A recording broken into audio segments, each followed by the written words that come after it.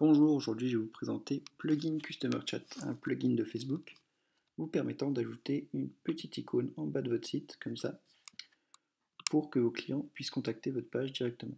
Donc c'est très pratique parce que si vous ne pouvez pas être devant votre écran au moment où vos clients vous envoient des messages, vous pourrez ensuite les contacter par votre page et leur répondre, et ils recevront votre réponse directement sur leur compte Messenger. Donc moi je l'ai ajouté à mon site, ça marche très bien. Petite condition pour l'ajouter, il faut que votre site soit en HTTPS, donc vous ne pourrez pas le tester sur votre local. Et il faut aussi ajouter votre domaine dans votre application.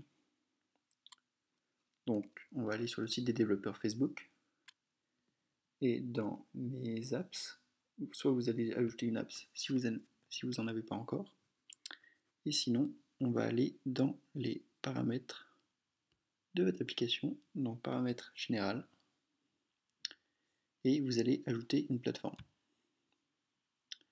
Donc vous allez ajouter un site web, vous allez mettre votre URL, et ensuite vous avez un petit champ ici pour mettre les domaines de votre app.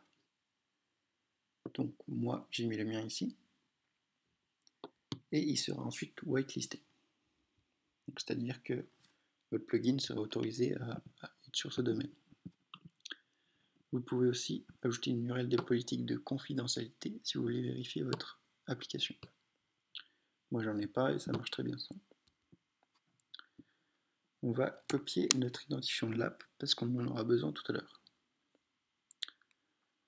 En attendant, on va pouvoir revenir sur la doc des développeurs Facebook, la doc plugin Customer Chat. Donc on va avoir deux bouts de code à copier-coller sur notre site. Le premier, c'est le SDK JavaScript. Donc on va regarder le guide du démarrage rapide du SDK Facebook de JavaScript.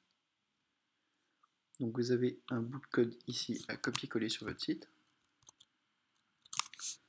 Donc je vais le copier et vous allez le coller dans le bloc JavaScript de votre site. Donc moi c'est un site sous Symfony. Donc je le copie ici. Et dans AppID, vous allez mettre l'application qu'on a copiée tout à l'heure. Ensuite, vous pouvez quitter la doc du SDK, une fois qu'il est bien installé. Et on va récupérer le bout de code de notre plugin cette fois. Donc il est juste ici. Vous allez copier ça et le coller sur la page où vous voulez que ça s'affiche. Donc il contient une classe FB Customer Chat, un attribut qu'on verra tout à l'heure, et votre page ID. Le page ID, il est à récupérer sur les paramètres de votre page, donc sur facebook.com. Ensuite, qu'on a notre code qui est installé sur notre site, vous allez pouvoir déployer ça sur votre domaine en HTTPS pour le tester. Mais avant, je vais vous laisser le choix d'ajouter un attribut que vous voulez.